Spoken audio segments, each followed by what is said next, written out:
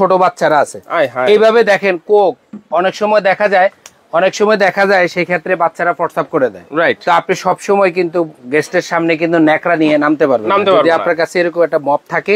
আমি আবার একটু দেখাচ্ছি যারা আমাদের সাথে জয়েন্ট হয়েছেন, আমি হাতে না ধরে এটা জাস্ট মিনিটের ভিতরে আমি পরিষ্কার করে নিব।